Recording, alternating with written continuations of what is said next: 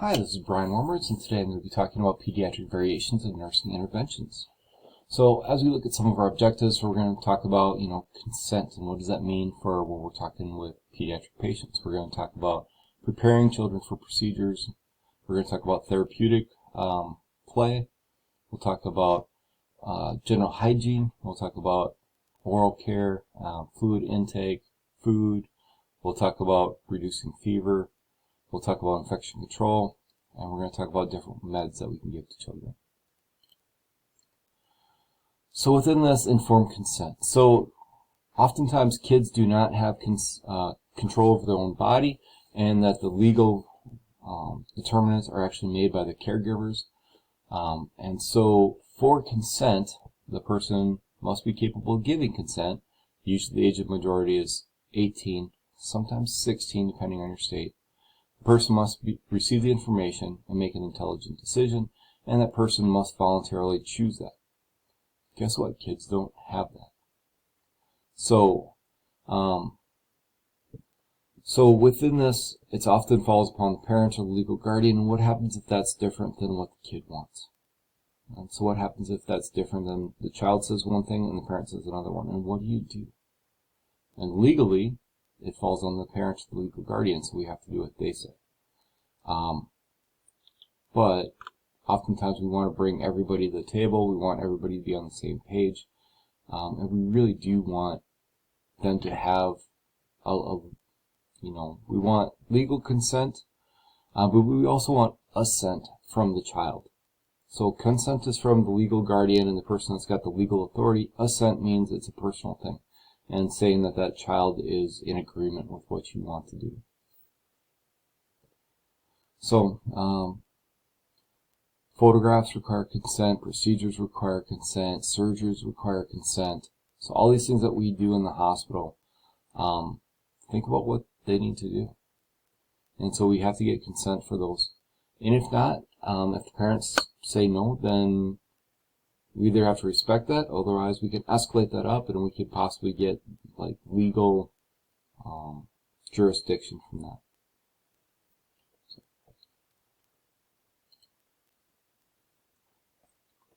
So, as I said, assent is very important for kids, as well as consent from the caregivers.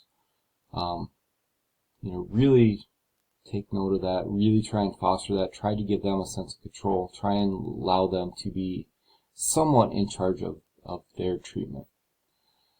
So, someone under the age of legal age may be allowed to consent from legal treatment if they are considered an emancipated minor. So there are different things where you can be emancipated. So if they file court documents, if they file separations from their parents, in some states it's if they have a child. South Dakota is not that way. So, so if you are like 17, give birth to a baby, you are the legal guardian for that baby, but the parents are still the legal guardian for that 17-year-old, which can be really awkward and strange sometimes. I have also seen it happen in a different state in which they are emancipated at 17 and they no longer have rights and they've kicked their parents out of the room. So, short story on this one was a patient comes into the emergency department with abdominal pain brought by her parents, who was 17. Lo and behold, abdominal pain was pregnancy. They gave birth to a baby. That 17-year-old becomes an emancipated minor at that point in time, and then kick out the parents, who are newly grandparents. And think about how that's going to go. Yeah, and it's not well, usually. So, think about those different laws for consent, assent, and what we have to do. Also think about, treatment for cells. Oftentimes, kids are allowed like 16 years of age or 15, depending on the state, depends on what you're doing. But sometimes they can get substance abuse treatment. Sometimes they can get prophylactic antibiotics for certain situations. We can talk about STIs. So all these different things, there are some bending of rules, so to speak. How are we going to prepare these patients for diagnostic and therapeutic procedures? And we mentioned this in previous soft shocks in Child Life is a great resource. Nurses. There's lots of different people that can play this role. Nurse aides, all these different things. But think about how we work with these kids and try to adapt them. We want to try and teach them. We want to try and inform them. We want to try and make this as atraumatic as possible. And so, there's lots of different skills that you'll learn as you go through this course, and ways to do this. And with IV starts, maybe we put some numbing medicine on it. For bladder catheterizations, we walk them through the different skills. For some things, maybe we do sedate them. We can use pain medications probably, and sedation maybe a little bit more liberally than what we do in the adult population, for right or for wrong. But think about, ways to minimize, anxiety, fear, pain, all those different things. And think about how that revs up your metabolism and how that's bad for your anxiety and emotional health. So things that we want to do is provide support to that family and to that child. We got to do, get trust. And so what that will sometimes mean is that maybe we're not the ones that are going to do the bad thing. So if you're caring for a pediatric patient, maybe you'll have another nurse do the poke. Maybe you'll have another nurse do the Foley. Maybe you'll have another nurse be the bad guy, so to speak. And so we want to establish that trust and rapport, and we'll do what's possible. We do want parents to be present, and we want their support, but we don't ever want to make them the bad guys. We don't want them to be holding down, because that really confuses the kids about, mom and dad are supposed to be my guardian, my hero, and here they are holding me down and helping these other bad guys. So we use our words very, very carefully. Incision and cut can sound very threatening and harsh. Sometimes we'll use a special opening, or as I said in a different soft chalk, instead of saying an IV, that's a number like an 18 gauge or 24 gauge.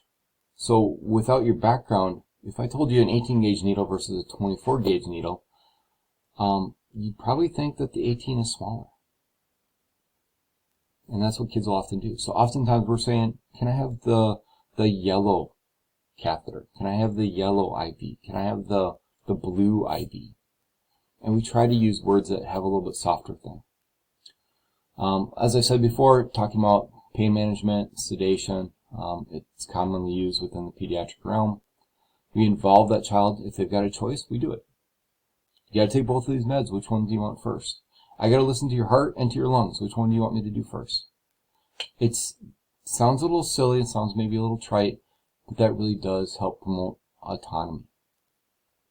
Provide distractions. Child Life is great at this. They can read books. They can do bubbles. They can put on a movie. They can sing songs. They can do so many different things with this. So if you don't have Child Life, you can have any other member do that. Oftentimes we want one person talking to that kid. We don't want 7 people in a procedural room all trying to distract the kid, talk to the kid, because that can be very overwhelming. Allow expression of feelings. We don't say, oh, you can't cry because babies are sleeping. It's all right. It's a way for them to cope. We want them to try and hold still during this procedure, but it's all right if you cry. It's all right. This might hurt a little bit, and it's all right for you to express that. So, and then when it's all over, say that you're proud of them. Say that they did a good job. Tell them you can reward them. Sorry that we had to do this for you, but would you like to pick out a treat? Would you like to pick out a prize? So play is important. We talked about the importance of this, but also think about, this is a way for them to vent their fears and the concerns. How are they acting with that doll? How are they acting? How are they making their pictures? Is there pictures with, who's all standing close together, who might be outside this picture, who is, so play can really tell you a lot about how these kids are feeling sometimes. Surgical procedures, talked about this a little bit before, but we can talk about, prepping them, preparing them, meeting people, walking through, seeing the room, all those different things. In older patients, we want to explain what they're going to see, what they're going to smell, what they're going to experience before surgery, during surgery, after surgery. Just as you don't necessarily like being surprised with some stuff, children don't either. And so if we can walk them through the process and put it at a developmentally appropriate level, that helps them. So oftentimes we'll have parents present in anesthesia, so you can kind of see that she's getting some what looks to me like milk of amnesia or propofol. And so parents will be there while the child is getting sedated, and then once the child is sedate, they'll escort the parents out and then do the procedure or surgery or whatever. So, remember about malignant hyperthermia. That's a key term that you cannot forget. And so that's just having a reaction to the anesthetics. Skincare, general hygiene, they still need to bathe, they still need to brush their teeth, even in the hospital setting. So try to promote that independence, let them do as much as possible, and try and keep them clean as possible. Feeding techniques, we're encouraging small, often healthy foods and fluids as much as possible. Sticker charts are great, so you finish this one little med cup of fluid, great, you get a sticker for that. Once you get 5 stickers on your sticker chart, then you can go pick out a prize. Let's pick out good quality food, but you also have to realize the food that they might have had prior to. So I've definitely had patients that were a different cultural background than me, and oftentimes their food was rice and chicken. They did not have hamburgers, they did not have chicken nuggets, and at least this kid thought that those things were disgusting. And so think about what you may consider to be normal food for kids, but also think about the situation that they're in and what they're used to. So dehydration is a major risk because of increased metabolic demands, increased surface area, increased body percentage of water, and so dehydration is a very key thing with this, and it can happen relatively more quickly than in adults. So small fluids do help frequently, so like I said, use sticker charts, use whatever you want, have tea parties, use small glasses. Like I said, those little med cups, kids love those because many things in this world are shaped for adults and are big and so when they get something novel that's their size or smaller, then they kind of like that, funny enough. So we can use lots of different fluids, so we can use Pediatric. Got to be careful with Gatorade. Often it'll have a lot of glucose in it, but we might use like Gatorade Zero or different things like that, or Propel. Use your judgment. You know, when can we advance diet is tolerated? You've got that in the adult population. We can do that in kids as well. So when they're tolerating fluids, the clear fluids, and we can advance to full fluids, we can advance to a regular diet. And so we just need to kind of monitor them and make that judgment call. Fever reduction. So oftentimes fever is a major concern in the pediatric population. So things that we can do for this, of course, we can give medication such as antipyretics like Tylenol and ibuprofen. We can do cool mists, we can do compresses, we can do ice packs if necessary. If we're being too aggressive with ice packs and the cool rags and they start to shiver and have goosebumps, sometimes that can cause more hyperthermia. So we want to be careful and not do it overly aggressive. Cooling devices might be used, so we use it oftentimes for like head traumas or different things like that. We do worry about fever because it increases metabolic demands, as well as seizures can occur with this. And so this is part of the reason why we treat this. Febrile seizure occurs within 24 hours of fever, so they can actually present with a seizure and then have the fever later, which is kind of a weird thing. But you know, realize that that does happen in some of the population. Safety, we do want to try and keep these children safe in the hospital, and so think about the things that's with them. Think about strangulation, think about fall risk, think about little kids explore their world by putting things in their mouth, and if we leave syringe caps or cotton balls in the crib, they might eat those and choke on those. Think about the things that they might trip over. Think about having that IV pole. Think about covering the outlets. Think about all the things that we do to try and protect our houses when we have small kids. But are we doing the same stuff in the hospital? Within the beds and stuff like that, we often use special ones, and we use things that might have like a topper crib so they can't like go over the top and fall out. Think about safe sleep practices. So we want a firmer mattress on little infants. We want them to not have a ton of blankets and a ton of soft pillows and a ton of soft toys that they could suffocate on. Think about infection control, and how are we going to do that for kids? You know, they might cough right in your face, and they're not trying to be mean, they just don't know any better. Restraining methods, so we really try to avoid restraining kids as much as possible, but maybe sometimes it's necessary. Sometimes we're pulling at cords and lines and we have to sedate them, or we have to provide restraints. We do collect specimens in lots of different ways. Think about it as the atraumatic way to do that. If they can void, often we want that more so than try to put Foley's in them because it's less invasive. Think about the blood volume that we might have. So for adults, they tend to be more aggressive with the amount of blood that they need for labs. For kids, we often do less. And for NICU, surprisingly enough, it's even less. And so we really try to minimize the blood loss volume and trying to do things to minimize the poke. And that could just be a finger prick then or a heel stick. So we got to be careful about how we collect that blood. Nasal washings, so this is very common during respiratory season, or nasal swabs, so putting something up the nose, but it's still pretty invasive. So try to make it as atraumatic as possible. Medication, play a game. So we do need to give medications in kids, but think about how you can do that. Make it, I mean, it's kind of an art. So in little kids, yeah, you're going to put it in a strand, you're going to tuck it in the back of their side of their cheek and get them to swallow it instead of spitting it back out at you. But if you can get it to a game, if you put it in a med cup, sometimes you can hide it in a little bit of chocolate milk. Try not to put a little bit of med in a lot of like big bottle, because what happens is they don't eat it. Don't forget about taste. Some of these meds are disgusting, like steroids and like clindamycin and different things like that. So how can we try and flavorize things or make it better for them? IMs, we don't tend to give a lot of IMs in kids that are hospitalized. We'd probably rather use an IV if we got to do that route.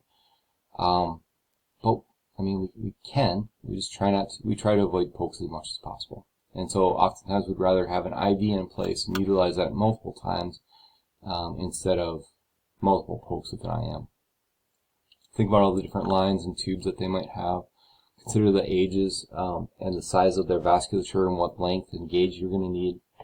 IOs, you can do those. You can kind of see a video here for what that is. But if you've got a small child that's really dehydrated and their veins are tiny, an IO might be your best option.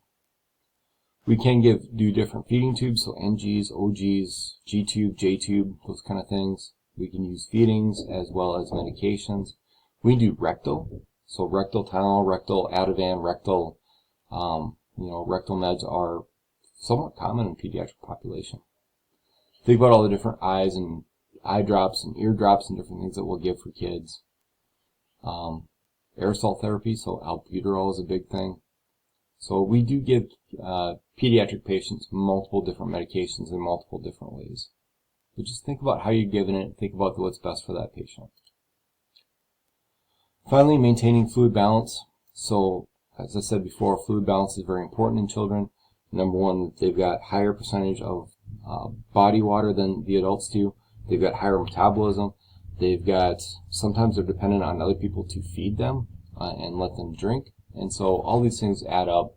And so we have to watch them very carefully. So we'll monitor their urine output. We're going to look at all losses. We're going to look at, if they've got an NG or drainage tube or something like that. We'll look at what's coming out. For calculating IV fluids, oftentimes people will look at your Holiday-Seeger method.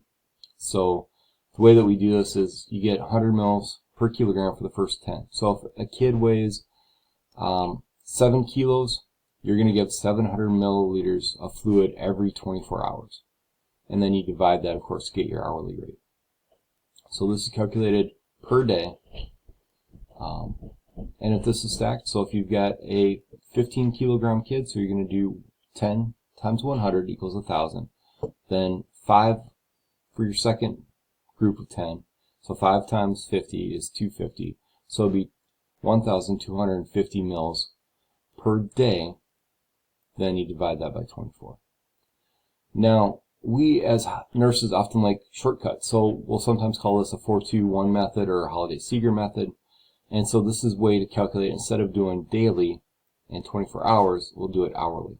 And so it's the same kind of calculation, roughly. It'd be great if it'd be 25 hours a day and work out a lot better.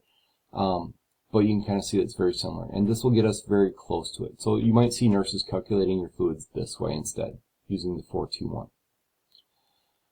For IVs, we might use a variety of different sites, so scalp IVs, feet, hands, but always we're pointing it in the direction of the vasculature, and so make sure that it's going towards the heart. We often will use smaller things in kids, so 20 gauges are often pretty big, so we'll use 24 or even 26 gauges, and we'll use different devices to help us place those. So, often run things on pumps, syringe pumps, regular pumps, those kind of things, because we want to be accurate, and fluid volume is very important to us. So that concludes maintaining fluid balance and pediatric variations in nursing interventions. If you have questions on this, please contact me.